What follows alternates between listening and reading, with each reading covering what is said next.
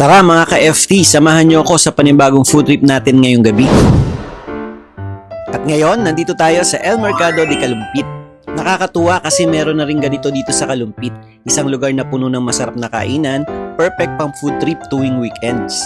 Ang daming food stalls dito mga ka-FT. May Korean food, Japanese food like takoyaki, sushi, meron din pasta and pizza. May coffee, may milk tea, at syempre hindi mawawala ang street food at ang dessert.